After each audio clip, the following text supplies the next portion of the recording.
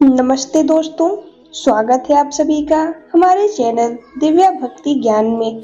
आइए आज के इस वीडियो में हम जानते हैं कि देवर्षि नारद ने भगवान श्री राम को श्राप क्यों दिया। रामायण में भगवान श्री राम की केवल कथा ही नहीं है, बल्कि उसमें एक आदर्श जीवन का सार है, एक मर्यादित जीवन जीने की सीख है। उसमें अधिकार की बजाय कर्तव्यों पर जोर दिया गया है। रामायण में हम जानते हैं कि भगवान श्री राम को माता सीता का वियोग सहना पड़ा था, लेकिन यह वियोग उन्हें एक श्राप के कारण सहना पड़ा था। वो श्राप किसी और ने नहीं, बल्कि देवर्षि नारद मुनि ने दिया था।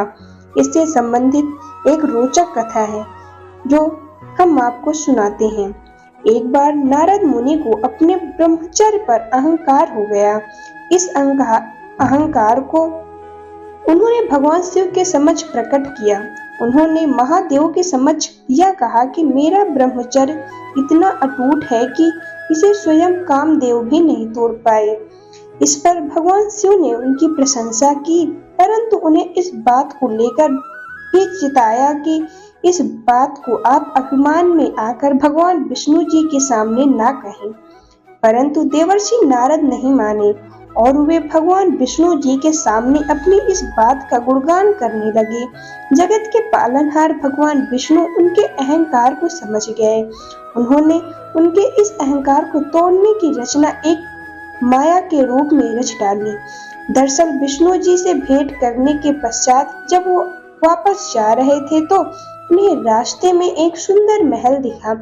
उस महल में विश्व मोहिनी नाम की राजकुमारी की स्वयंवर की तैयारी चल रही थी। जब नारद मुनि ने राजकुमारी के रूप को देखा तो वो उस पर मोहित हो गए। वे इस स्वयंवर में हिस्सा लेने के लिए एक अच्छा और सुंदर रूप चाहते थे।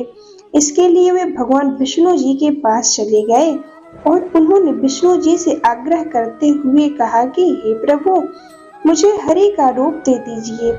इस पर भगवान विष्णु जी ने कहा कि हे नारद, मैं आपको हरि का रूप तो दे दूं, लेकिन कहीं ऐसा ना हो कि तुम उस रूप को लेकर पछताओ।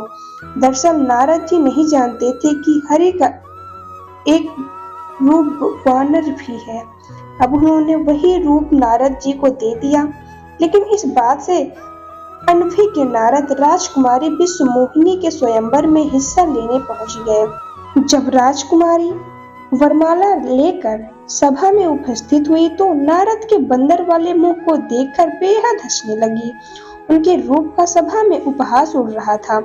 नारद मुनि ने सोचा कि ऐसा क्या हुआ जो लोग मुझे देखकर हंस रहे हैं और राजकुमारी मुझे वरमाला नहीं पहना रही है। तभी उस सभा में स्वयं विष्णु जी पधारे और राजकुमारी ने उन्हें अपना वर चुन लिया। यह देखकर नारद मुनि को आश्चर्य हुआ। उन्होंने पहले तो अपना चेहरा पानी में देखा।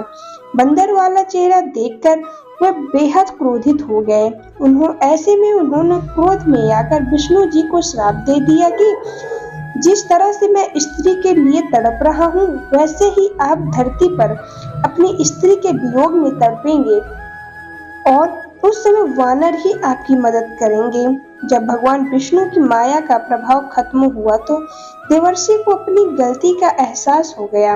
उन्होंने तुरंत ही भगवान विष्णु जी से क्षमा मांगी। जब भगवान विष्णु ने धरती पर प्रभु श्री राम के रूप में जन्म लिया तो उन्हें इसी श्राप के कारण माता सीता का वियोग सहना पड़ा। तो दोस्तों, अगर यह वीडियो आपको पसंद आई हो तो वीडियो को लाइक करें और कमेंट बॉक्स में बताएं कि आपको वीडियो कैसी लगी। धन्यवाद। जय श्री राम, जय बजरंगबली।